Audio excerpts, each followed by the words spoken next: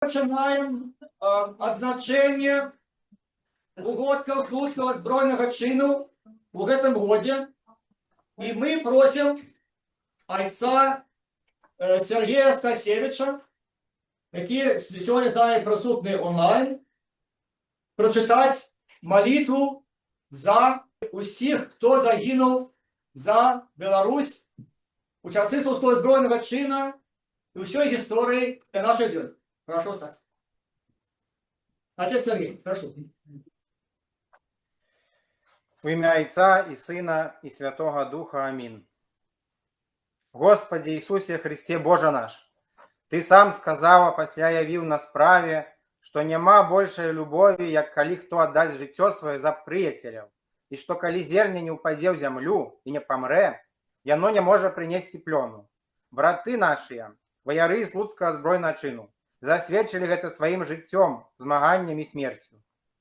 Дыха їхня ахвяра не буде даремною, але як тое зерня принесе багатий плон справедливого миру, свободы и счастливой будучыні для всей краины нашей.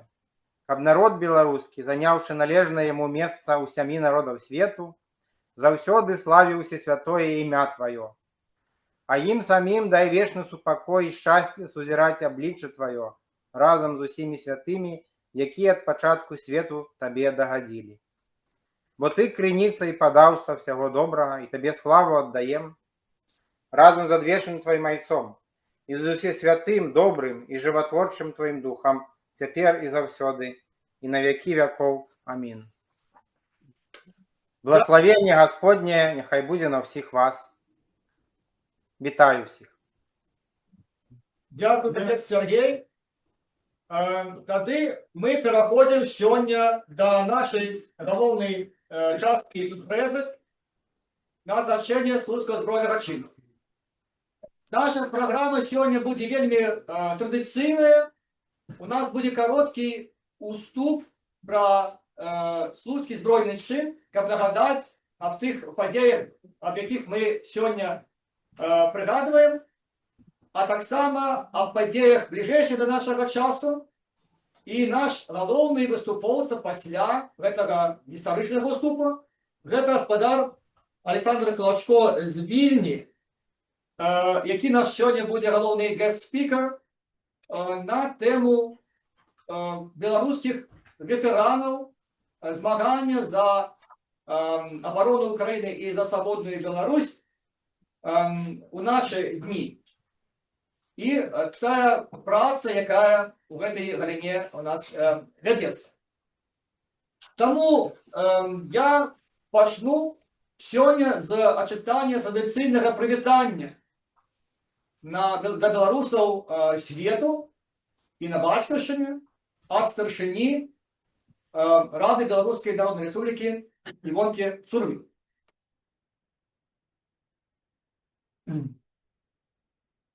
Дорогие мои суродичи белорусы, у этой дни 105 годов тому 10 тысяч случаков вырашили, что не допустят новой навалы з усходу, что будут боронить под червоно-белым стягом Белорусскую Народную Республику.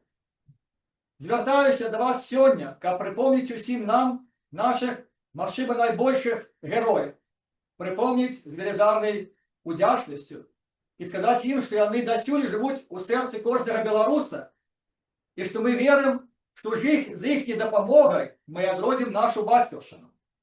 Не дозволимо ворогам стерти її з поверхні землі. Дорогі мої суродичі, жадаю вам з глибини серця дочекатися того дня, коли ми знову станемо громадянами нашої вольної держави, яка займе своє почесне місце між іншими демократіями світу. Але для гэтага треба, каб кожны і кожная з нас усвідомили собі, що лёс нашей землі у наших руках. Невипадково стагоддзямі мы адчуваем приналежнасць да яе. Апошні раз вы показали гэта ў жнівені 2020 году, калі цивілізаваны свет пераканаўся, што нават пад ботам дыктатара вы ведаеце, хто вы і верыце ў вашу вольную будучыню. Гэта было ваше найновейшее досягнення у гэтым стагоддзі, вынікі якога мы бачым да сёння. Нягледзячы на ўсе намаганні агрэсіўнага суседу і яго траянскага коня на нашай зямлі, свет памятае 20-й год і ніколі не забудзе тых сотняў тысяч чырвона-белых сцягоў, якія луналі ў жнівені над нашым краем. Збудавалі вы падмурак, які дасюль бароніць у свеце нашу нацыянальную ідэю і наш народ. Дарагія мае суродзічы, заклікаю вас усіх з удзячнасцю адзначыць Дзень герояў. Жыве Беларусь! Старшыня Рады Беларускай Народнай Рэспублікі Івонка Сурвіль. Цяпер дазвольце я перайду да гістарычнай прэзентацыі, перш чым мы перадамо слова нашаму галоўнаму прамоўцы. Шановне гаспадарства, сёння мы адзначаем традыцыйныя угодкі слуцкага збройнага чыну за Беларускую Народную Рэспубліку. Каб не паўтараць усю гісторыю, якую вы ведаеце вельмі добра, я проста нагадаю галоўныя пункты, чаму гэтая падзея засталася на больш чым 100 гадоў настолькі важнай у нацыянальнай памяці беларускага народа. Першая прычына, чаму мы памятаем, таму што гэта быў рух за беларускую дзяржаву. Насамрэч паўстанняў на той час было шмат розных антыбальшавіцкіх.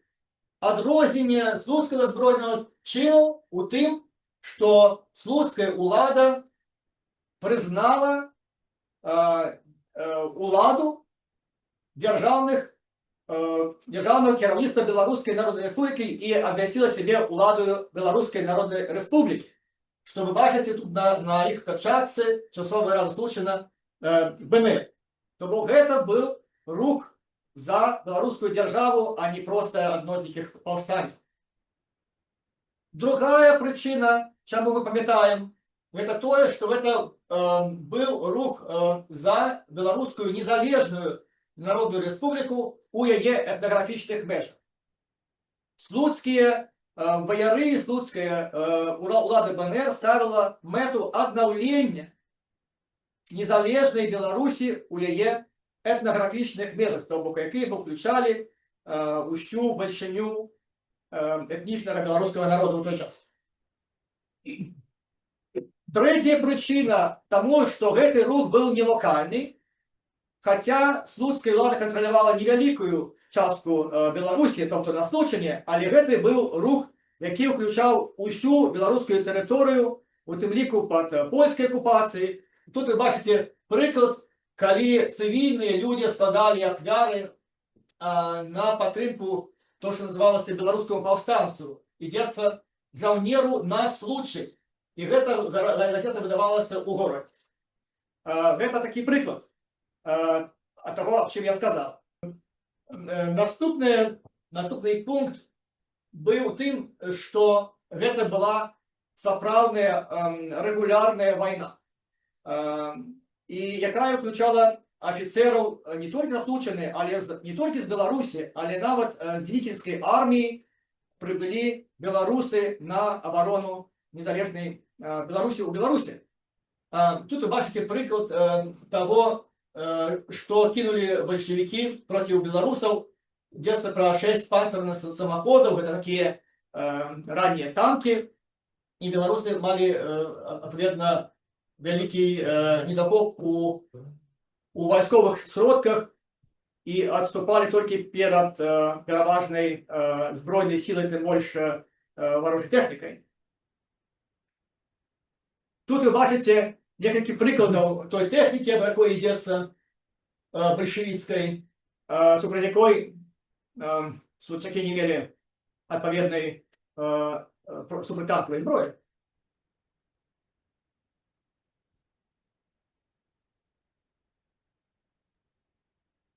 І тут ми маємо приклад того типу бойових дзеянняў, які адбываліся на Случані.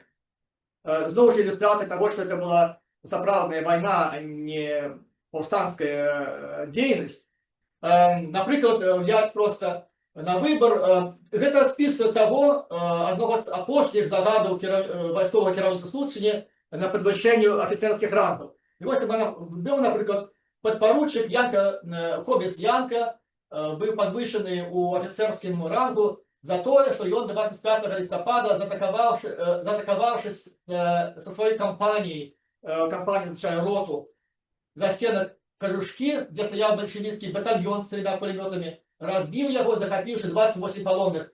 При этом забиты 4 большевистские комиссары и взято шмат морського добра. Со свого боку стратов не мав. Наступний пункт, чому ми пам'ятаємо Присуцький збройний чин, тому що одразу, уже в 21 році, уся політична супольність Білорусі признала його, я тут цитую, найяскравішим моментом у гэтым змаганні. Значить, змаганні за незалежну Білорусь, яке почалося ще на кінці 17-го року. На усебелорусской політичній конференції у Берліні в 21 році була прийнята резолюція, по-перше, признать Раду БНР на экзиле далей одним законом улады у Беларуси, и по-другое, оценка Слуцкого збройного чину як найяскравіший момент у гэтых годах змагання за незалежную Беларусь. Як підсумування гэтага, гэта опінія генерала Кушеля, уже після війни,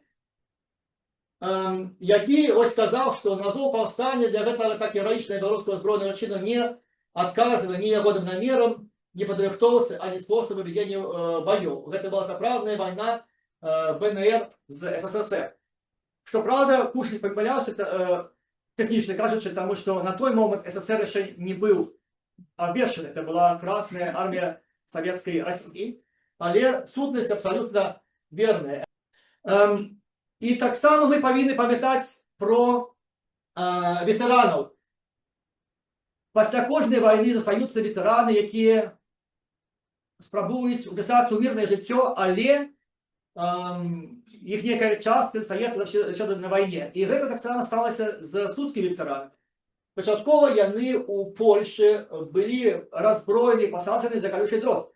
І ви тут бачите їх лист у газету, який скончається. Вельми цікаво ведати, що ж робить старшиня Ради Случайный Прокулевич, політичний комісар Жаврит, как вызволить этих людей за колючого дроту. На жаль, льос Прокулевича, бачите його здимок з НКВД, і льос Жаврида був так само трагічним. Пам'ять Слуцького збройного чину таким праз гэта сталася вельми важной и найважнейшим пунктом спасылки для міжвоєнної, для повоєнної білоруської діаспори. Це була пам'ять, яка означалася білорусами у всім світі уже при міжвоєнний час і у повоєнний час. Ось уже одразу після війни у Німеччині був відкритий помник, який заховався до нашого часу, 48 років, на 28-й год Слуцького повстання. Білоруси означали одразу після війни уже на вигнанні набоженствами. Була така традиція кинотафів у помешканнях. Це була у Німеччині, це у Австралії, здається. Це тут у нас у Великій Британії. Це початок 50-х років. Так само у Америці є монумент, на який написано тим, що змагалися, як жила Білорусь, що є парафразою тим, хто пішли вмирати, як жила Батьківщина. Випускалися марки у пам'ять. Ну і у Республіці Білорусь пам'ять Слуцького збройного чину означалася з 90-го року, але одразу, сягаючи у наш час, я думаю, что зовсім натурально, что память Слуцкого збройного чину так само означалася і серед білоруських добровольців в Україні, які завжди себе відчували як люди, які змагаються за ліпшою будущее у Білорусі, обороняючи Україну. Це здимок 23-го року, це 24-го року. І у цьому 25-му році угодки Слуцького збройного чину стали датою, коли були уручені нагороди Ради Білоруської Народної Республіки бойцам, белорусским бойцам в Украине. Сегодня наш головный промоўца, это гаспадар Александр Клочко. Он перед нами выступал уже у 22-м и 23-м годе непосредственно з зоны боевых дій в Украине. То его выступ у нас 22-го, я думаю, году. І ён таксама выступаў у 23-м годзе.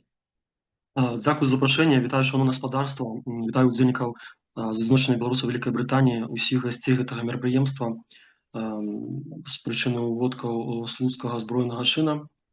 Дзякуй за тое, што робіце, шануеце памяць удзельнікаў гэтай гістарычнай і важнай для беларускай незалежнасці падзеі. Пакуль мы шануем нашых герояў нацыянальных, пакуль мы памятаем нашу гісторыю, пакуль мы клапоцімся пра нашу беларускую мову, культуру, да той пары мы будзем заставацца беларусамі. Калі гэта ўсё старэцца з нашай памяці, то мы ператворымся ў нашых суседзей, альбо з усходу, альбо з захаду. Таму памяць нашых нацыянальных герояў гэта вельмі важная справа. Дзякую вам за гэта. Перайду да сучаснасці і, ведаеце, я раней глядзеў вось гэтыя гістарычныя падзеі, фільмы, кнігі чытаў, і было пэўнае уяўленне, як гэта адбываецца. Безумоўна, усе мы хацелі быць на месцы герояў, не хацелі быць на месцы злачынцаў, акупантаў. І мы лічылі, што гэта нармалёва, я лічу, што гэта нармалёва, калі шануюць шануюць тых, хто робіць добрыя ўчынкі, што змагаецца за сваё, бароніць сваю годнасць свайго народа, незалежнасць сваёй краіны. Але, на жаль, жыццё трошкі іншае.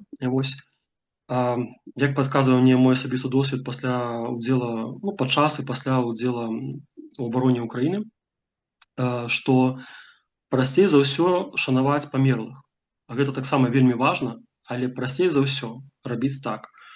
Прасцей за ўсё назваць імём прозвішчам памерлага вуліцу, паставіць помнік і раз у год яго наведваць. Значна цяжэй шанаваць тых, хто варты прыкладу. Я не хачу называць слова героі. Я лічу, што беларускія добраахвотнікі, палітвязні, якія свядома сядзяць сёння ў турмах і не гатовы прамяняць сваю годнасць, прамяняць ідэі, за якія яны туды трапілі, на міласць Лукашэнкі, на міласць Масквы. Гэта звычайныя беларусы з адным толькі удакладненнем. Звычайныя беларусы, якім неабыякава будучыня бацькаўшчыны, будучыня Беларусі. І дзеля гэтай будучыні гэтыя людзі, гэтыя звычайныя беларусы гатовы рызыкаваць уласным здароўем і ўласным жыццём. Я ўжо не кажу пра асабісты дабрабыт, пагрозу сем'ям, якую цягне за іхняй актыўнасцю, якая цягнецца за іхняй актыўнасці з боку нелегітымнага рэжыму Лукашэнкі і Масквы.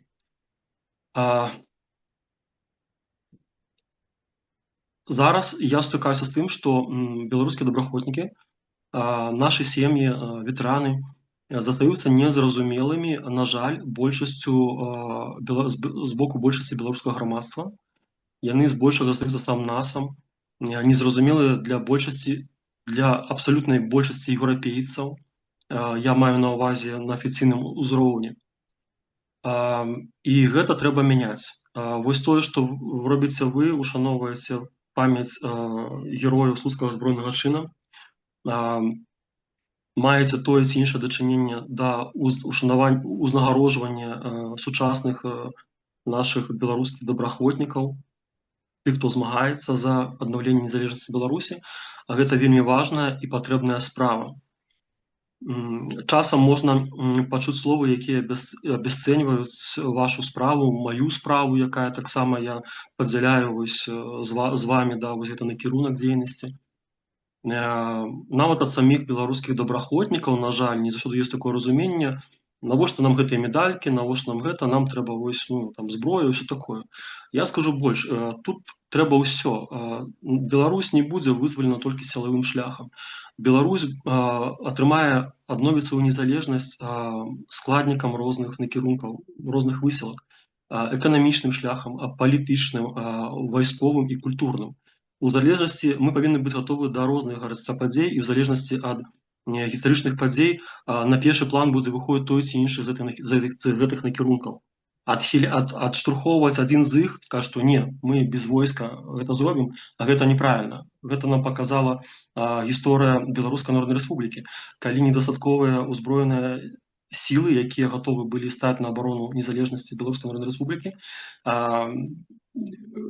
сталі прычынай, у тым ліку, акупацыі нашай краіны савецкай уладай.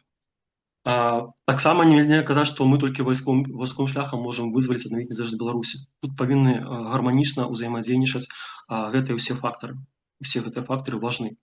І не трэба абясцэньваць дзеяння адных ці іншых людзей, якія больш моцныя ў палітычным, больш моцныя ў эканамічным, вайсковым альбо культурным плане. До конца 2024 года, по моим асабістым адчуванням, я могу памыляцца, тэма ветэранаў, іх сямей, я ўжо не кажу про добраахвотнікаў, была табуіравана для беларускага грамадства, для дэмакратычных сіл, так скажем, да, наших. З канца ёсць добрыя прыкметы, добрая навіна, добрае назіранне з майго боку.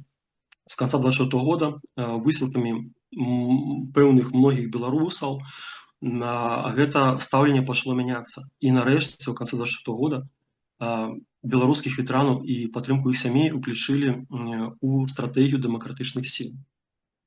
Я не прыпісваю гэту заслугу асабіста сабе, але я таксама ўдзельнічаю ў гэтым працэсе.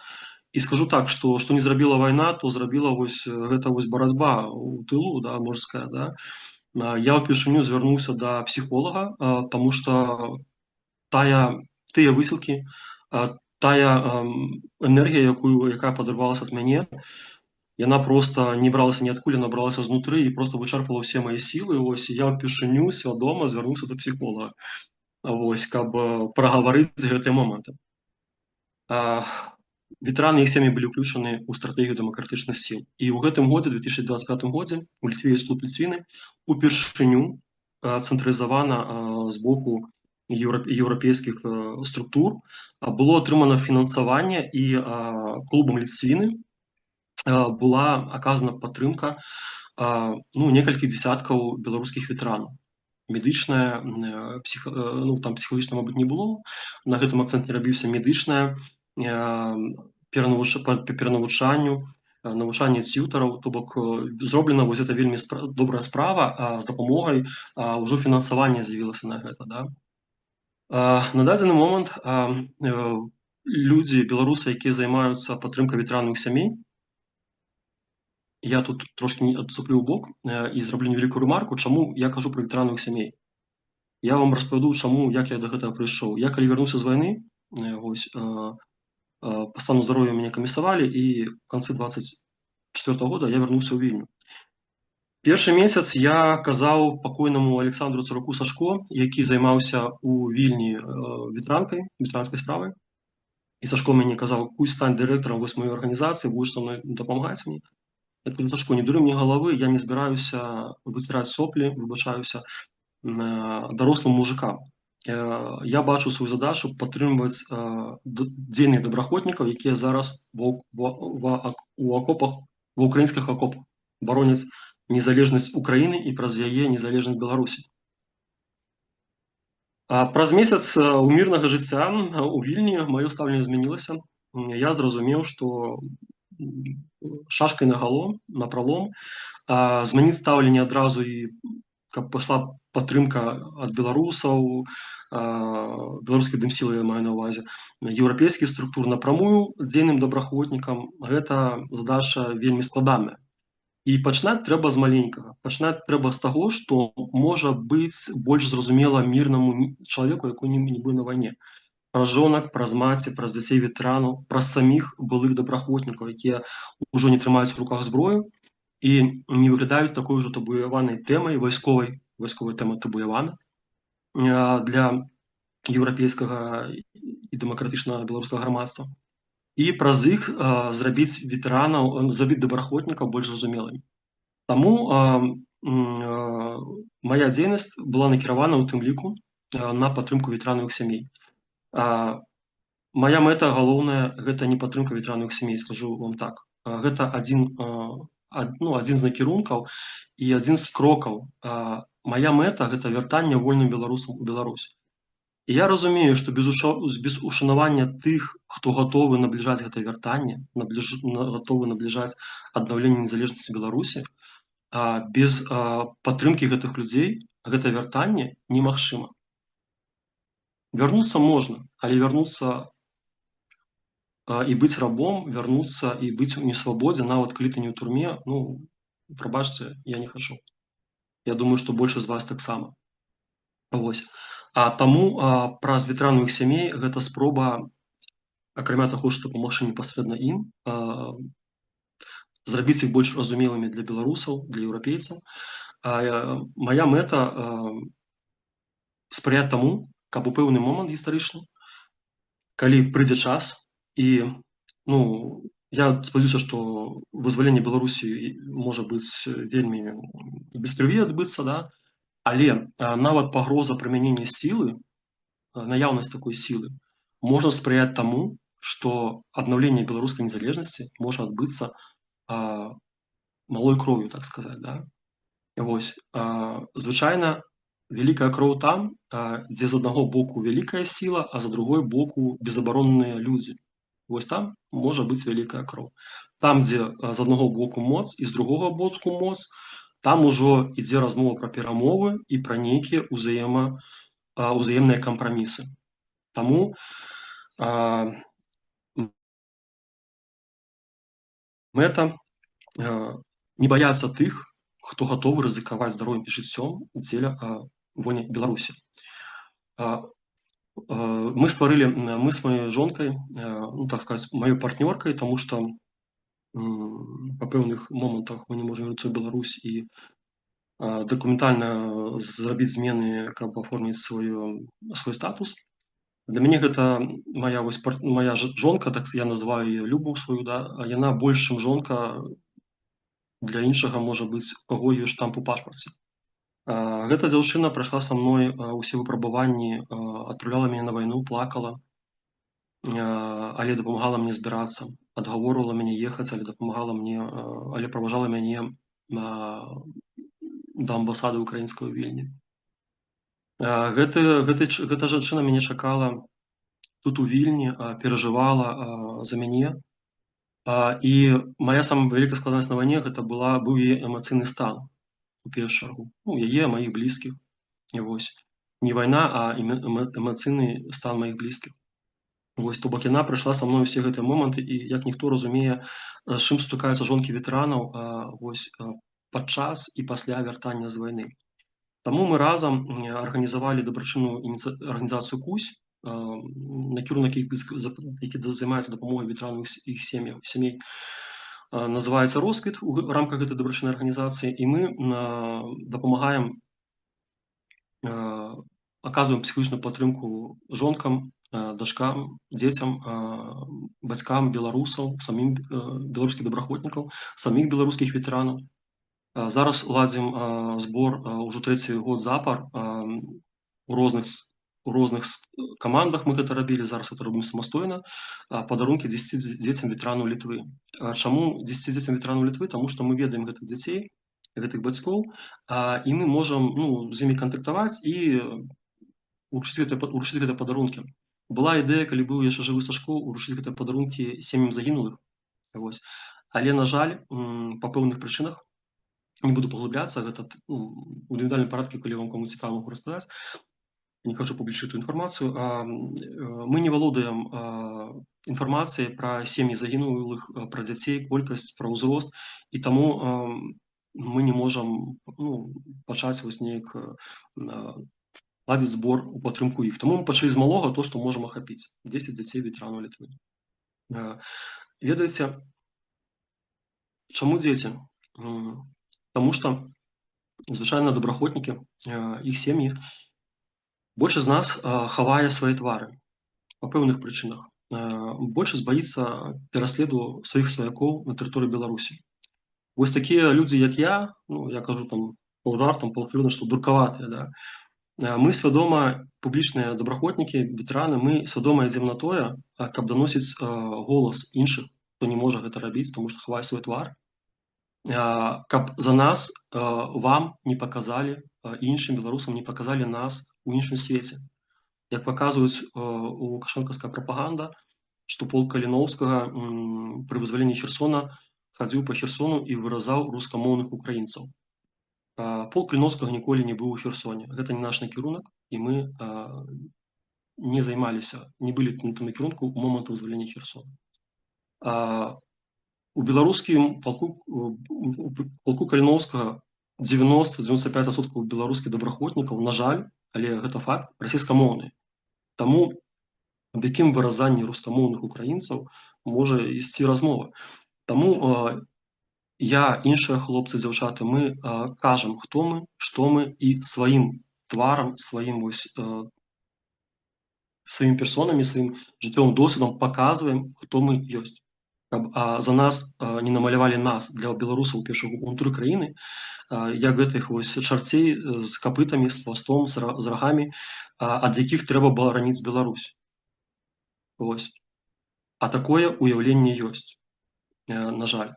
Каб вы разумелі, калі часам гэта бывае рэдка, але мне здараецца паразмаўляць, нават бывае па ініцыятыве з таго боку, з кімсьці, са знаёмымі маіх знаёмых з Беларусі, да, я чую у свой бок: Кусь, ну ты, канешне, малайчынка, да, там узяў у рукі зброю, там паехаў на вайну, гэта заслугоўвае павагі. Але калі ты прыйдзеш у Беларусь, ты ж пачнеш забіваць маіх дзяцей. І я буду са зброяй у руках бараніцца ад такіх, як ты. Я яму кажу, ну, то бок, я не буду казаць, ну, ты дэлог, каб ужо не таго час, да? Але такія меркаванні ёсць. Я, правда, не разумею, навошта мне забіваць ягоных дзяцей, да? Вось, і ўвогуле яго самога, калі ён не будзе абараняць са зброяй у руках маскавітаў на нашай зямлі, да, і іх прыслужнікаў рэжыма Лукашэнка. Вось. Вельмі дзіўна, але прапаганда працуе, і тое, што робіце вы у год камісарскага ўзброенага чына, ушанаваннем дзейных беларускіх добраахвотнікаў, ветэранаў і сямей, тое, што робяць іншыя беларусы, гэта ўсё накіравана на тое, каб беларусы бачылі і ведалі, хто мы.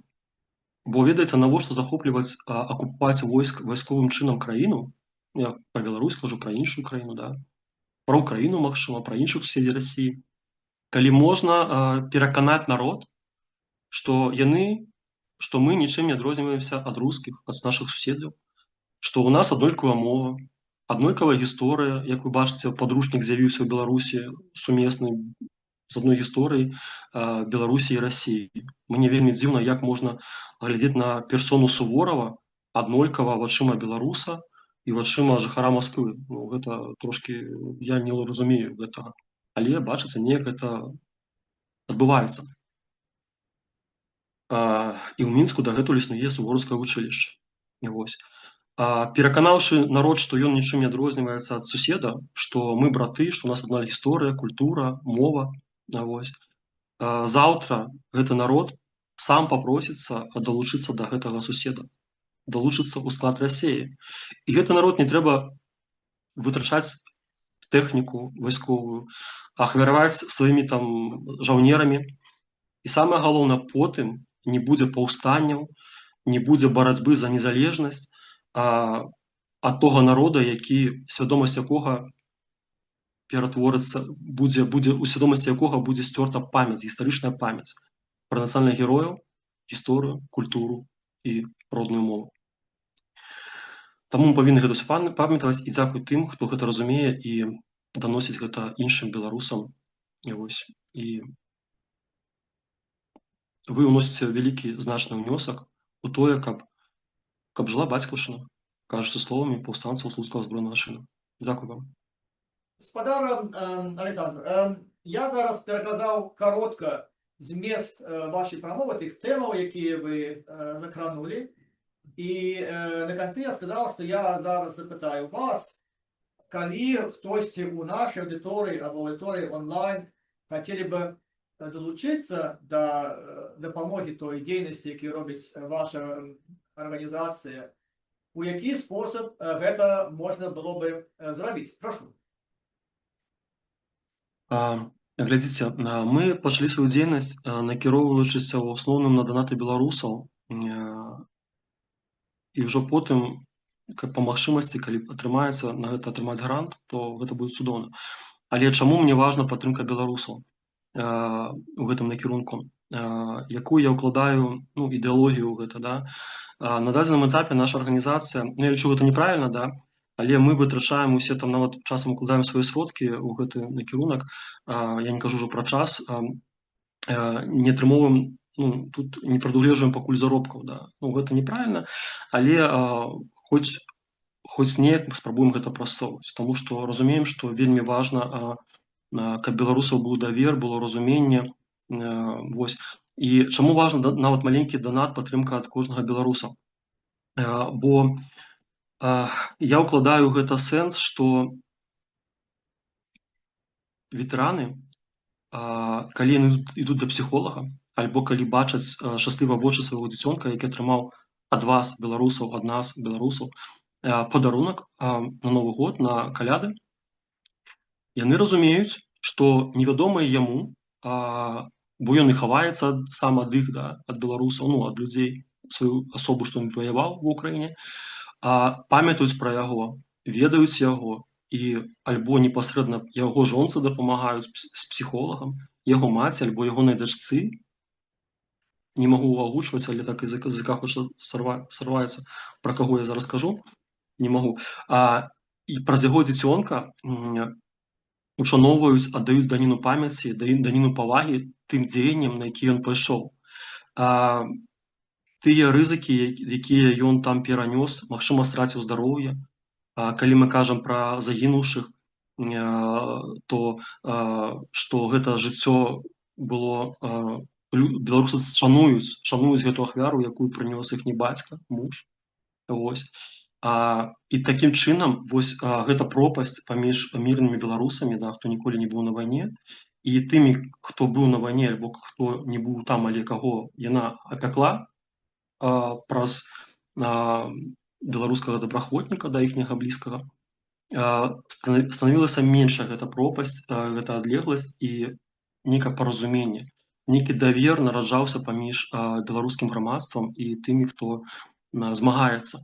Бо, ведаеце, я сам сутыкаўся з тым, што чуў у наш бок словы ад беларусаў наметы, кусь ты паехаў ва ўкраіну, каб пабудаваць палітычную кар'еру, пасля гэтага кусь ты паехаў зарабляць грошы, кусь ты паехаў, я не люблю забіваць людзей, а вось ты, мабыць, любіш забіваць людзей, чакаў, калі пачнецца вайна, каб паехаць і забіваць там людзей.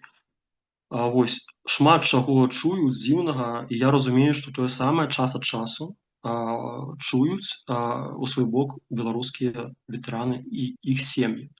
Маці загінуўшага добраахвотніка, які загінуў пад Гуляйполе 3 кастрычніка, з якой сустракаўся ў Варшаве, вяртаючыся ў Вільню з вайны, яна засталася адна, яна страціла адзінага свайго сына, і яна кажа, мне не з кім падзяліцца.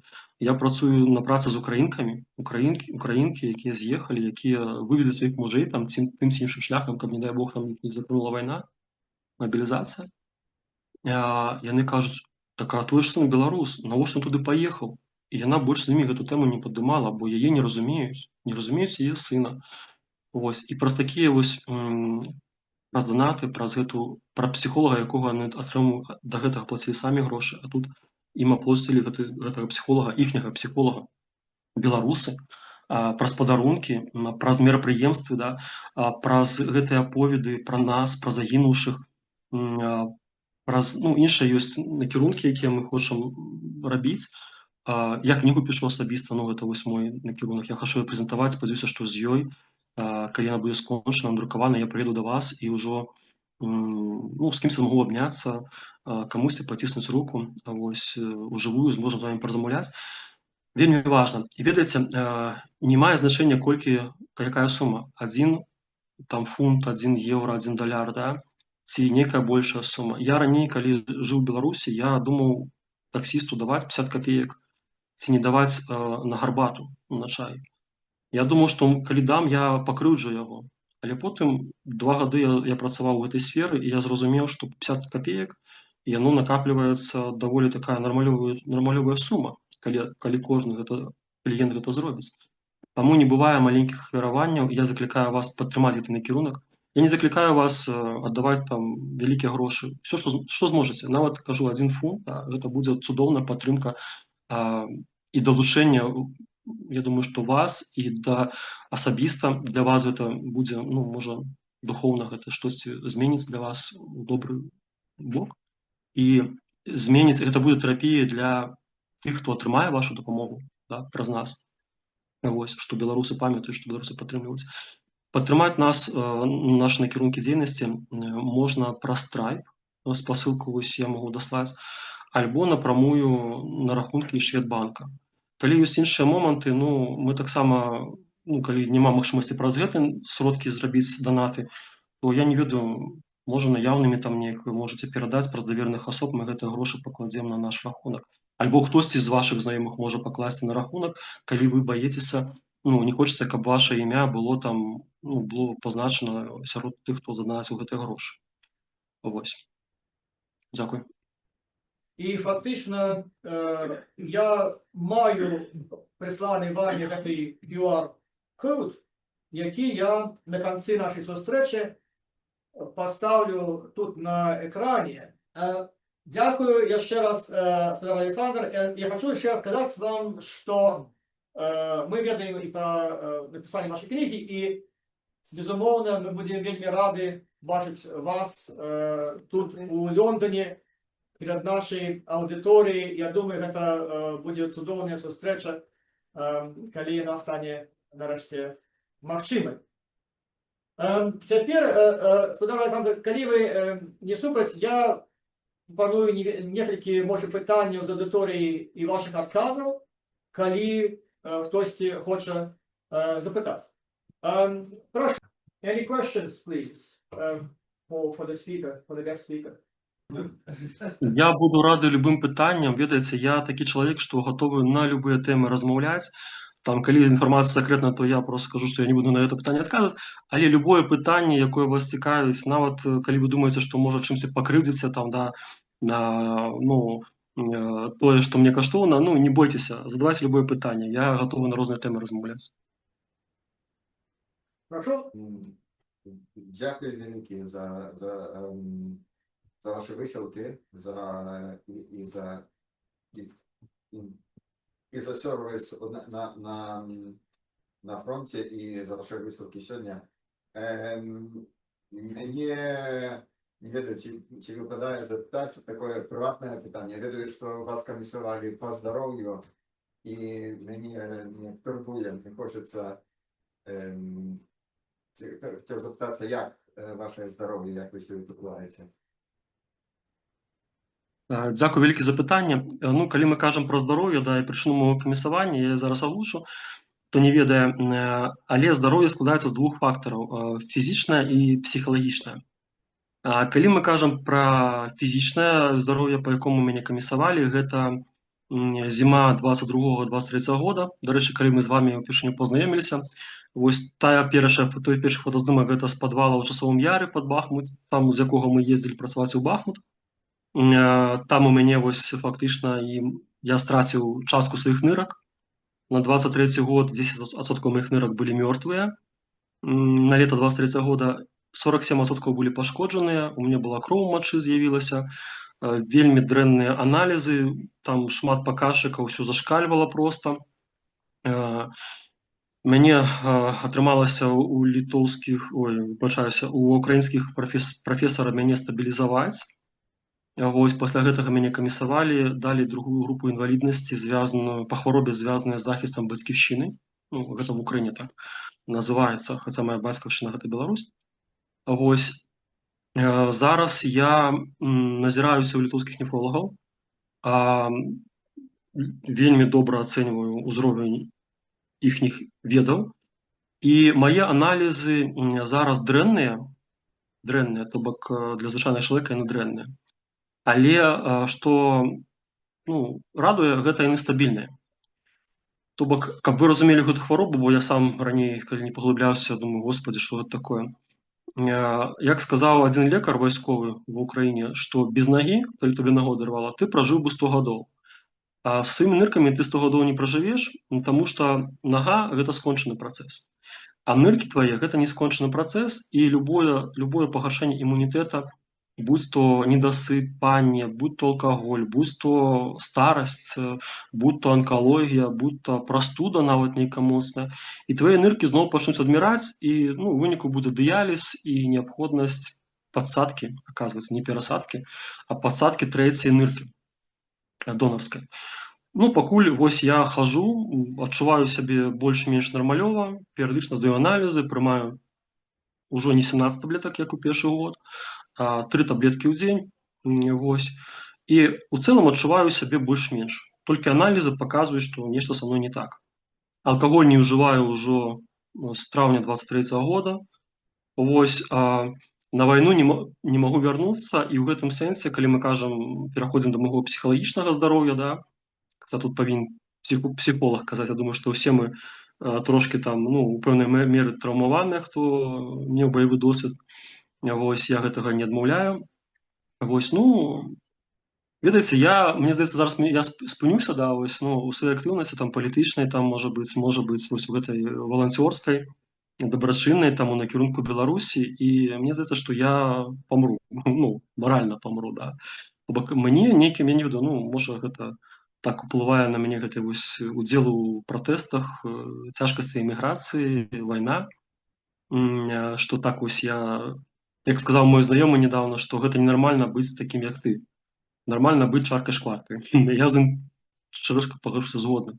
Вось, але мая дзейнасць, яна мяне, для мяне такая, мабыць, рэабілітацыя. Для мяне гэта прыносіць нейкае такое задавальненне, асабліва калі атрымоўваецца.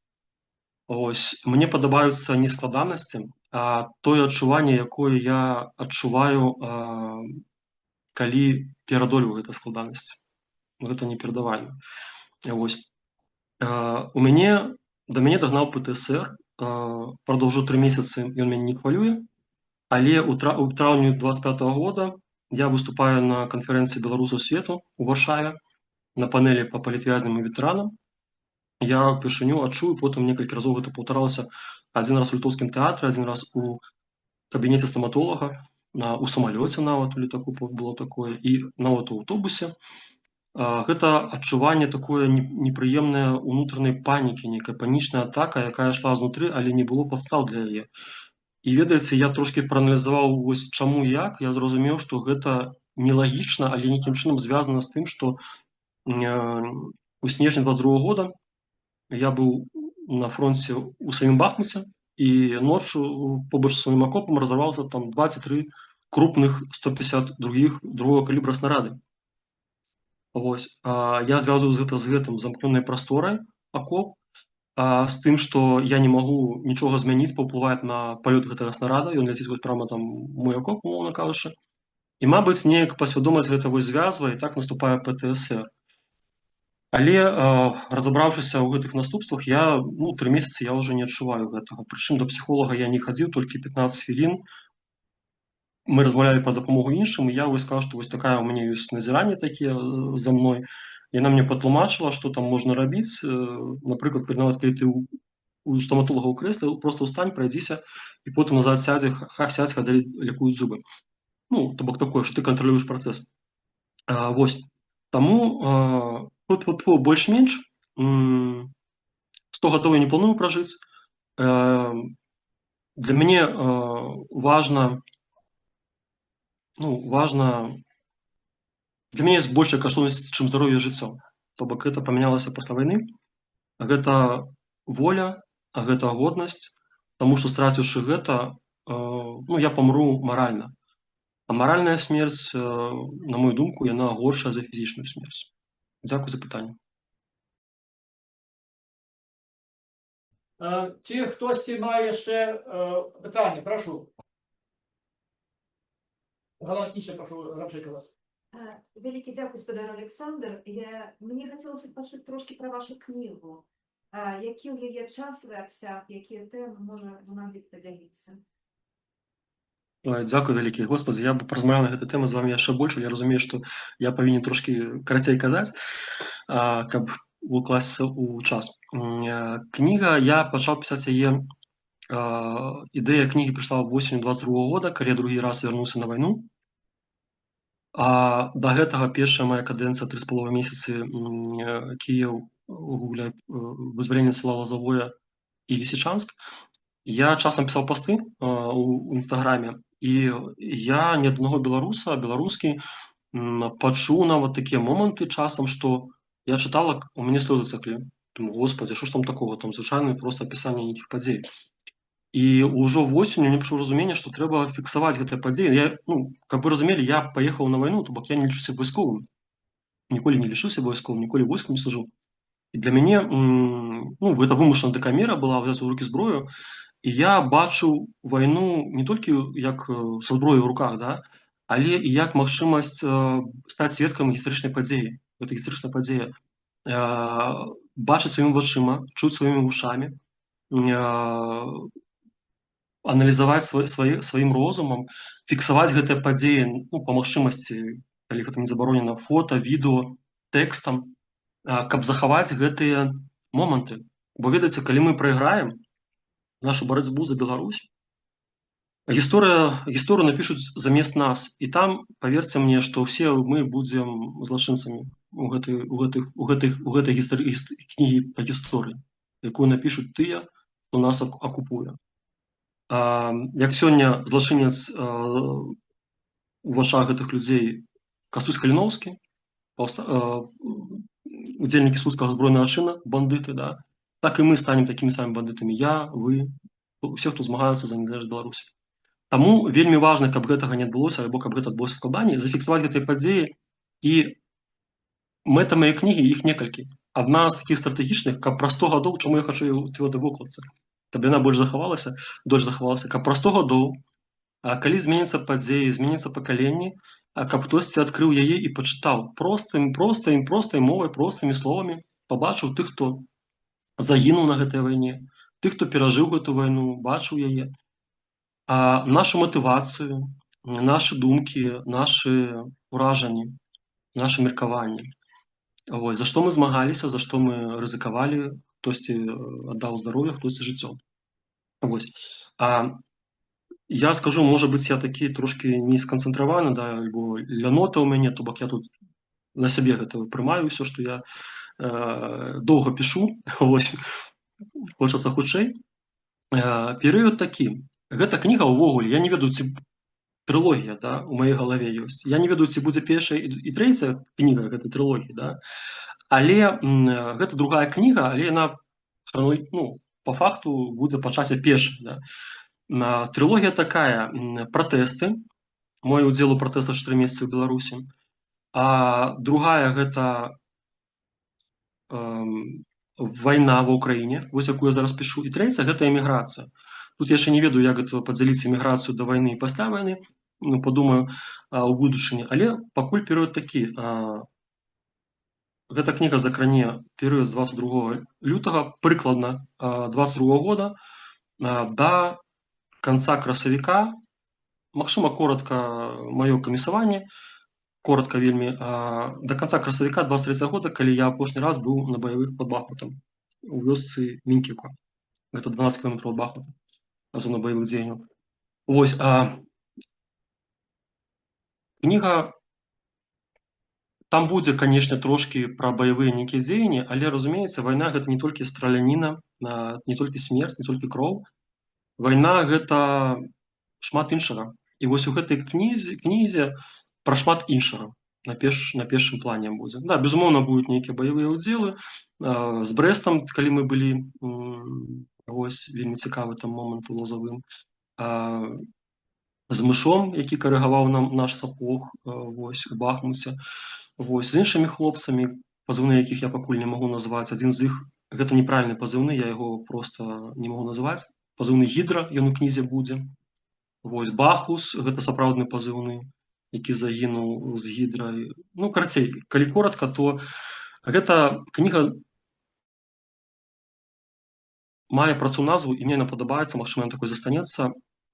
«Быць беларусам» называецца вот эта серыя, да, трылогія. А кніга называецца «Вайна в Украіне». Дзякуй за пытанне. Дякую за адказ. Є ще питання. І є ще у нас питання в залі, прошу. Так, зараз яка ж кількість доброохотників вертається в країни НАТО, так? Чи є яка можливість протягувати кар'єру, військову кар'єру на от структурах держав, де вони зараз живуть? І чи є навіть жадання цих країн допомагати в цьому? Тому що знайти, знову продовжити свою кар'єру, це добра підстава була протягувати своє життя. Дякую. Ой, дзякуй за пытанне. Гліце, я, як вы ведаеце, там хто слушаць за Каэрцэнарады, я пакуль яшчэ з'яўляюся дэлегатам Каэрцэнарады трэцяга склікання, і наша фракцыя «Воля», якая была ліквідавана вось пазаўчора нашым, ну, по нашаму жаданню, по жаданню нашай каманды, вось адна з нашых задач была стварэнне беларускіх нацыянальных падроздзелаў на тэрыторыі краін Еўразвязу, ну, альбо адной з краін Еўразвязу. Гэта глобальная мэта, вельмі архіскладаная, мабыць, самая складаная, якую, ну, мабыць, пасля гэтага толькі вяртанне на наша вольным беларусам вольную Беларусь можа быць яшчэ больш складанейшая. Вось, калі казаць аб'ектыўна, то падрыхтоўка палітычнай глебы для стварэння такіх падроздзелаў. Намаганні для таго, каб еўрапейцы зразумелі, што беларусы гэта не толькі краіна суагрэсар, народ суагрэсар, да, Расіі, а што беларусы гэта народ-саюзнік у магчымай абароне тэрыторыі Еўропы, калі раптам расейцы захочуць напасці на тыя самыя краіны Балтыі, да. Ось. І гэта доўгі шлях. Задача мінімум дамовіцца на падрыхтоўку афіцэрскіх кадраў на тэрыторыі краін НАТО, на тэрыторыі краін Еўразвяза. Задача максімум стварыць, ну, хаця бы першы там маленькі вайсковы падроздзел, і потым, калі ўсё добра, то копі-паст. І, разумееце, гэта не тое, што там хтосьці падумае, гэта пушачнае мяса там жаўнерамі, не. Безумоўна, калі будзе патрэба, то і так, але ну, я гэта еўрапейцам я гэта не прадам. Еўрапейцам мы прададзім толькі бяспеку. Ну, слова прадаць, оно не вельмі добрае, але я яго выкарыстоўваю ў добрым сэнсе, да. Ну, на жаль, так працуе палітыка і ўсё іншае. Бо нікому не цікава беларускія пытанні, да, пакуль яны не кранаюць нашых суседзяў. Ось. Таму бяспека Еўропы гэта інтарэс еўрапейцаў. То, што мы хочам, гэта каб гэта было забяспечана на палітычным узроўні, каб гэтыя людзі, беларусы, якія пойдуць, мелі статус і сацыяльныя гарантыі, у тым ліку іх сем'і у выпадку гібелі альбо паранення падчас кантракта еўрапейскага. Вось, ну і фінансавае забеспячэнне людзей, беларусаў, якія фактычна будуць вымушаны у выпадку нападу Расіі бараніць свой новы дом у Еўропе. Вось. Для нас, для беларусаў, я ж беларус, і для мяне беларускія інтарэсы галоўныя. Я бачу так, што такім чынам задача мінімум гэта падрыхтоўка афіцэраў, задача максімум стварэння і павышэння рост гэтых вось нашых хлопцаў, да, па вайсковым накірункам, гэта стварыць афіцэрскія кадры беларускія, якія у пэўны момант заменяць адыёзных лукашысцкіх афіцэраў у Беларусі, унутры Беларусі. Лукашысцкае войска нікуды не дзенецца, жаўнеры, якія там, нікуды не дзенуцца. Гэта нашы беларусы, нашы суграмадзяне. Але самыя адыёзныя, асабліва тыя, хто задзейнічаны быў у рэпрэсіях рэжыма, да, у нападзе там удзельнічаў нейкім чынам на Украіну, яны павінны паднесці пакаранне і быць адхілены ад камандавання. Іхняе месца павінны заняць, хтосьці павінен заняць. І я хачу, каб гэта былі нацыянальна арыентаваныя, з еўрапейскімі каштоўнасцямі, вось, адэкватныя, канструктыўныя беларусы. Вось, дзякуй. Пакуль не адказана пытанне. Пакуль такога разумення з боку еўрапейцаў няма, і пакуль мы выглядаем у іх вачах толькі пагрозай неадэкватных людзей, якія невядома чаго з мірных гарадоў еўрапейскіх паехалі ў акупаваны Кіеў рызыкаваць жыццём, да, ці чагось яшчэ там рабіць, і якія мала кантралюемыя, таму што яны здольны на ўчынкі, на якія не гатовы звычайны сярэднестатычны грамадзянін краіны Еўразвяза. Таму менавіта нас баяцца дадатковай праверкі пры легалізацыі. Ну і я сам публічны чалавек, я сам без 5 дзён год чакаў у Літве свайго статуса, нават выходзіў на мітынг акцыю пратэсту на посуд міграцыі год назад, і лічу, што мяне хацелі прызнаць нацыянальнай пагрозай Літвы. Вось. Дзякую. Дякую, господа Олександр. Я зараз коротко перекладу гэтыя апошнія два адказы на англійскую мову. Так само ад сябе дякую за пытанне. Ці ёсць яшчэ пытанні в зале? Please, ёсць пытанне. Alan Flowers, старшыня англо-беларускага таварыства. Yes, Alan Flowers. This, of course, is a meeting of the Association of Belarusians in Great Britain, but they always very kindly invite people who do not have a Belarusian ancestry like I do. Гэта найперш сёння сход згуртавання беларусаў Вялікабрытаніі, але заўжды запрашаюцца людзі, якія не маюць сярод сваіх продкаў беларускага паходжання, такіх як я. Yes, I'm using these words carefully because, of course, there are here Belarusians who are British citizens like I am, but I think I'm the one British citizen who does not have Belarusian genes or ancestry. Канешне, він каже, што ён абірае слово вельмі акуратна, вельмі ашчадна, таму што у нас у аўдыторыі є много людзей з брытанскім грамадзянствам, але напэўна, сёння ён адзіны прысутны ў зале, хто не мае у сябе беларускага паходжання. So in that context, I want to just make one comment and then my question. Таму я хацеў бы зрабіць адзін невялікі каментар, а пасля ён агучыць свае пытанні. The comment is, with a role we have an Anglo-Belarusian society here, and that sees it as very important to communicate the sort of work you're doing. We have a council that will decide how we do that, and I'll certainly be putting that also the Anglo-Belarusian society, they meet next week at Belarusian House in Finchley, and we want to continue this so that also British people interested in Belarus get to hear more about your work. I wanted to assure you of that. З уваги на ту роль, яку грає англо-беларускае таварыства, Алан каже, што ён хацеў бы, і ён хоча вас запэўніць, што ён зробіць усё для таго, каб і англо-беларуская аўдыторыя, тобто ангельская аўдыторыя пачула пра вашу працу, праз англо-беларускае таварыства, і яны маюць ужо сход неўзабаве. And the question is about the extent. I did hear some numbers mentioned, but could you expand to clarify the veterans after they leave the service in Ukraine, those wounded, maybe those not might be returning, but like you having to return not to Belarus. Could you comment on the sort of numbers and where these veterans are, or where the families are of the deceased? Because I'm aware you're in Vilnius. Does your work cover other countries? So firstly, the numbers of where, and then the work. Пытанне стосуецца наступнага. Ён каже, што магчыма вы ўжо назвалі некаторыя лічбы, але кажучы пра беларускіх ветэранаў і пра іх сем'і, якія пасля удзелу ў вайне ва ўкраіне вяртаюцца ў іншыя краіны, якія не могуць павярнуцца ў Беларусь.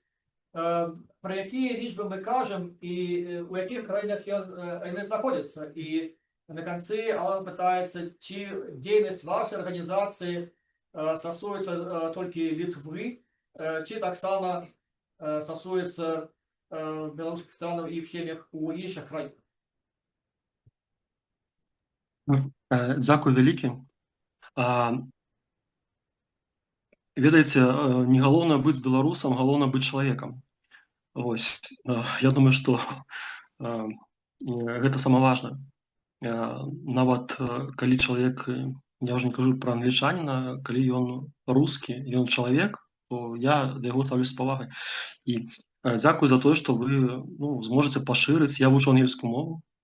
Дарэчы, ведаеце, як я вучу? Я вучу, мая настаўніца, выкладчыца, яна па-беларуску мне выкладае. Беларуска-ангельскае у мяне навучанне. Мне гэта вельмі падабаецца. Так што калісьці, можа быць, без перакладчыка з вамі паразмаўляем. Колькі ветэранаў? Дакладнай лічбы не існуе. То бок вось так, што я вам дам нейкае заключэнне, якое аўтарытэтнае, такога не будзе. Гэта прыкладныя лічбы, аснованыя на тых ці іншых падліках, тых ці іншых людзей, якія больш-менш паглыбленыя ў ветэранскую добраахвотніцкую тэматыку. Звычайна гучала апошнім часам 1500 чалавек былых добраахвотнікаў, то бок гэта ветэраны.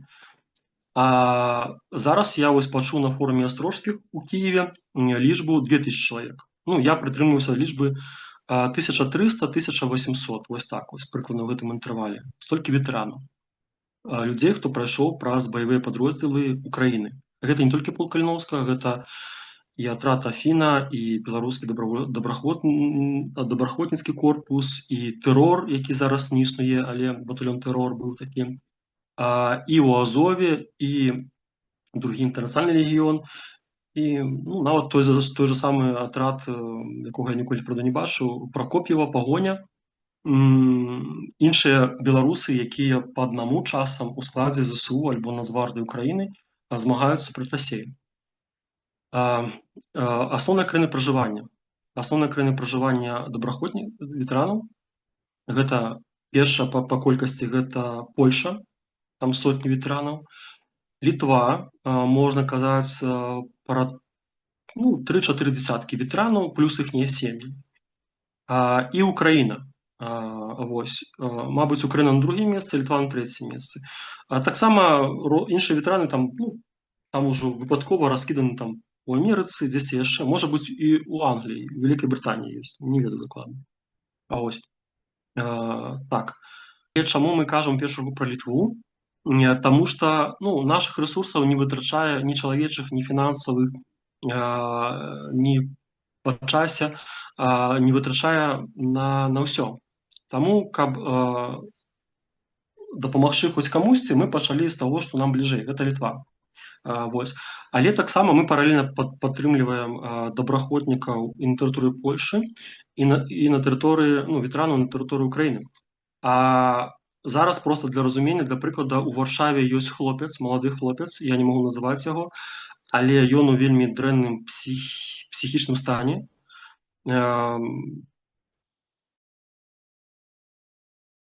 Прыгожы хлопец, перспектыўны, здаецца, можа вучыцца, атрымаць адукацыю вышэйшую, то бок уся жыццё ўперадзі, ажаніцца, замець дзяцей, але вайна наклала свой адбітак, і ёсць вялікія псіхалагічныя праблемы, і яго трэба пакласці ў псіхіятрычную лякарню, на стацыянар. Вось, праблема ў тым, што ў яго няма дакументаў, няма страхоўкі, і вось зараз мы аплацілі яму карту побыта, якую ён згубіў, і намагаемся далейшы крок, гэта каб ён пайшоў на біржу працы і ўжо там зарэгістраваўся і атрымаў страхоўку. Пасля гэтага клуб Ліцвіны мусіць дапамагчы пакласці яго ў псіхіятрычную лякарню.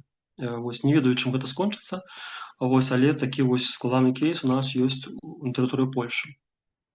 Спрабуем да гэтага не даводзіць, але не ведаю, ведаеце вы ці не ведаеце, але на тэрыторыі Вільні 4 ветэранаў скончылі сваё жыццё.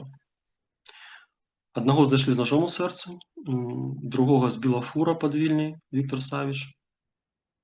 Трэці кінуўся пад цягнік туз, і чацвёрты гэта Сашко пасля цяжкіх наступстваў онкалогіі, з вялікай страты здароўя, пачаў злоўжываць алкаголем і ў выніку скончыў жыццё вясной 24 года. Гэта першы ветэран, які займаўся ветэранкай на тэрыторыі Літвы. Вось. І пацук Васіль Веремейчык, якога вы чулі, што зараз прысудзілі яму 13 гадоў турмы у Беларусі. Ён калі быў ці то ў Грузіі, ці то ў В'етнаме, пасля смерці Сашко мы з ім размаўлялі, мы з ім часта размаўлялі, бо мы там у адной камісіі былі ў Карцінарады. Вось, працавалі. То ён сказаў: Кусь, ён пажартаваў: Кусь, з'язджай з Літвы, гэта гіблае, з Вільні гэта гіблае месца. Вось такі ў нас жарты добраахвотнікаў.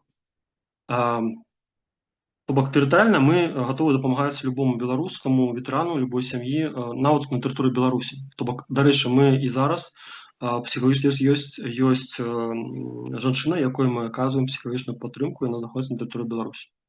Вось, гэта жанчына сям'і добраахвотніка. Я адказаў на пытанне і хацеў яшчэ узгадаць пра нашых двух палонных. Гэта Ян Тромблі Дзюрбейка і Сергей Клеш Дзёгцеў. Гэта нашы два беларускіх добраахвотніка батальёна Волат Палка Каліноўскага, якія падчас боя, у якім загінуў Брэст, сябро Папік Атам, трапілі ў палон да расейцаў. Апошняе відэо з імі было 1 ліпеня 22 года з расійскага палону. Вось, яны там на камеру адказвалі на пытанні. І да гэтага часу іх лёс невядомы. Год назад Тромблі судзілі завочна ў ДНР, прысудзілі яму 14 гадоў турмы, пра Кляша няма інфармацыі. Вось, нам вельмі важна ведаць, хочацца ведаць іх лёс, і калі яны жывыя, то гэта весці размову пра абмен. Калі яны мёртвыя, то весці размову пра абмен целамі. Пэўныя намаганні рознымі людзьмі, і вось мы ў апошні час, я непасрэдна далучыўся праз міжнародку Карцінарады да місцевых сіл на ўзроўні ПАРЭ, гэта пытанне спрабуем падняць праз Александру Мамаеву. Вось, з украінскімі амбасадарамі, прадстаўнікамі пра гэта размаўляў. На форуме Астрожскіх, на жаль, гэта пытанне не атрымалася падняць, паколькі на панель па добраахвотнікам. Дзякую, што прышло кіраўніцтва ГУРа, галоўныя выведкі ўкраіны, да якой адносіцца полк Каліноўскага, але заканадаўцы, дэлегаты Верховнай Рады Украіны не прыйшлі на гэту панель. Ці то субота сказалася, ці то нейкія абставіны іншыя, ці то адсутнасць цікавасці да пытання беларускіх ветэранаў. Вось, не ведаю. Таму лёс хлопцаў вельмі важны, і, ведаеце, я стаўлюся зараз, прывык ставіцца да смярцей, да ўсіх гэтых момантаў,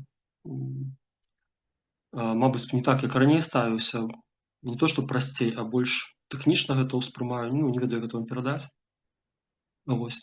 І таму, калі важна, каб блізкія ведалі, што з імі адбываецца, у якім яны стане, і каб разумець, якія дзеянні рабіць далей. Дякую. Господа, я ще тут просто имел такую письмовую нотатку, ці ви маєте, ці ваша організація має веб-сайт, ці офіційну сторонку з посилкою на збор і так далі. Веб-сайт у нас ёсць, але мы яго пакуль не цягнем, таму што сваімі сіламі я там нешта спрабаваў зрабіць яго без фінансавання. У нас ёсць канал у Тэлеграме, ёсць канал у Фейсбуку і ёсць канал у Інстаграме. Вось, можа быць, вам будзе прасцей у Фейсбуку. Там усе спасылкі ёсць. Ці хтосьці у нас у аудиторії онлайн хоче нешта сказаць, прашу. Так, Олесь Чайчец. Олесь, прошу. Я просто коротенько хочу усіх прывітаць з Нямецчыны, з Баварыі, павіншаваць з вялікім і важным святам, якое мы сёння адзначаем, з якой нагоды сёння гэтае мерапрыемства. Вось вельмі рады ўсіх бачыць, усім віншаванні і прывітанні проста. Дякую, дякую і привітання з нашої аудиторії. Так. Чи хтось ще хоче сказати? Питання можна ще? Є ще питання з аудиторії, прошу. Федор Олександр, а які у вас стосунки з політичними структурами заміжними нашими білоруськими, як офіс Тихановського, з Тихановським, з Прокоп'євим, яка є допомога доброохотникам і так далі? Дякую. Ну, глядзіце, я навучыўся працаваць з рознымі прадстаўнічымі органамі і дэмакратычных сіл, да, і апазіцыі, і людзі розных накірункаў гатовы размаўляць. І я гатовы адкладаць нават, калі ў мяне нейкія асабістыя моманты, ёсць там пэўныя моманты да структуры альбо да чалавека. Я гатовы адкладаць іх у бок, калі справа тычыцца таго, што мы разам у нейкім моманце можам эфектыўна спрацаваць на карысць Беларусі. Да. А ось з офісам Тихановскай, з Тихановскай бачыўся, можа, месяца там 1,5 назад. Вось. Камунікую. Аб'яднаны пераходны кабінет, пытанне вайсковае там прадстаўляе Кабанчук, камунікуем. Пытанне ветэранаў упершыню на гэтай пасадзе прадстаўніка пасальнай палітыцы прадстаўляе Ольга Зулінская, таксама камунікуем, яна вельмі актыўная ў гэтым моманце. І тая падзея, што я казаў вам год назад, калі пасля там мне вымушаны буду псіхолог звярнуцца, яна адыграла вельмі важную ролю.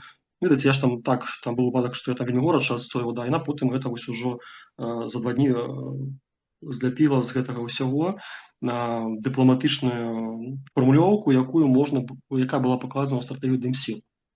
У Координаційнай радзе нашы дзеянні па добраахвотнікам прасоўваліся вельмі марудна, галасаванні альбо саботаваліся, альбо ігнараваліся. Вось, але больш-менш мы пэўныя здвігі УКР мы зрабілі. Вось. Па іншым накірункам не. Вельмі цяжка, там менш вынікаў. З Прокоп'евым я ведаю, што Васіль Верамейчык камунікаваў, я не камунікую. Пакуль няма ў нас агульных кропак сутыкнення, хаця, я кажу, што я адкрыты да супрацоўніцтва, калі гэта на блага нацыянальным інтарэсам Беларусі альбо агульнай справе. Падтрымка ветэранаў. Сістэмы падтрымкі няма. Ёсць кропкавыя ачагі такія, хто займаецца гэтым накірункам. Кропкавыя гэта Ольга Зулінская, пакуль няма, таму што няма сістэмы, потому што няма фінансавання стабільнага. Кропкава гэта Тацяна Гацура-Яворская, ланка ва ўкраіне. Нават Францкевіч ва ўкраіне, хаця ёсць пэўныя моманты, што чамусьці мы з ім уже 1,5 гады не камунікуем, але трэба даць даніну, што ён гэтым таксама займаецца, нават тая выстава з Украінай у сэрцы. Вось. Іншыя яго актыўнасці. Жаркевіч. Зараз Ян Беларус, пасля сыходу з дзядзькі, Ян Беларус Мельнікаў, узяў на сабе абавязкі, мабыць, это ўпершыню полку Каліноўскага, вызначаны чалавек, які займаецца ветэранкай. Я з Янам сустракаўся ва ўкраіне, калі быў форум Астрожскіх. Паглядзім. Я Яну вельмі давяраю і спадзяюся, што штосьці зменіцца з боку палка наконт ветэранаў і сямей. Вось. Ёсць клуб Літвіны ў Літве, вось, які, я казаў, ужо атрымаў фінансаванне на гэты накірунак. І ў Польшы ёсць разрозненыя, актывісты, так скажем, добраахвотнікі, іх не шмат. Можа на пальцах 2 рук, 2 рукі хопіць, каб іх пералічыць. Вось, але пакуль сістэмы няма. Пакуль сістэма не створана, Ну і без стабільного фінансування система, я думаю, що буде тяжко створитися ніяким чином. Тому покуль кропкою займаємося. Стосунки у мене, я готов сесть за один стол перамоваў, да, чалавекам нават калі асабіста я бы яго за вярсту абыходзіў. Але калі гэта на блага агульным інтарэсам, я гатовы гэта зрабіць. Дякую. Я хочу шмат вам чаго сказаць, але скажу галоўнае. Я гляджу на вас, да, вось, калі вы мне задаце пытанні, да, і альбо там хтосьці выступае ў зале, вы паварочыце камеру, я бачу, што вас не шмат у зале, да, але ведаеце, мне так прыемна і цёпла ад таго, што вы вось падтрымліваеце гэты вось беларускі дух, беларушчыну, да, яднаецеся там за шмат кілометраў ад Беларусі. Вось. Я не ведаю вашай асабістай гісторыі, вось, ці нарадзіліся вы ў Беларусі, ці вы ўжо нашчадкі тых, хто быў калісьці народжаны ў Беларусі. Вось, але вялікае вам дзякуй за тое, што вы робіце, за тое, што вы падтрымліваеце гарызантальныя, у тым ліку, сувязі паміж сабой, гэта вельмі важна. Вось, і ну, не забывайцеся беларушчыны. Вось, ну, вельмі прыемна быць запрошаным да вас, вельмі прыемна вас зараз вось бачыць, мне павернулі да вас. Вось, дзякуй вам вялікі, што вы не раз'ядналіся. Бо раз'яднаецца ў нас проста у нашы часы, да, і ва ўсе часы, а быць разам гэта складана. І вось вы паказваеце прыклад, у тым ліку і мне, да, што трэба быць разам, трэба разам рухацца ў адным накірунку. Дзякуй вялікі за вашу дзейнасць і за тое, што вы памятаеце нашых нацыянальных герояў і падтрымліваеце тых, хто сёння змагаецца за нашу незалежнасць. Дзякуй. Што ж, калі ў нас больш няма выступоўцаў, яваў і прамоваў, мы тады перайдзем до заканчэння нашай сённяшняй імпрэзы. Гаспадарства, гэта той QR-код, які мы пасля таксама паставім на экран, праз які вы можете зрабіць донат арганізацыі у Вільні, пра якую мы сёння згадалі. This is the QR code that we were talking about on your screen now. Цяпер мы перайдзем да традыцыйнага закрыцця спевам белорусского национального гимна. Мы видим еще номер дальше.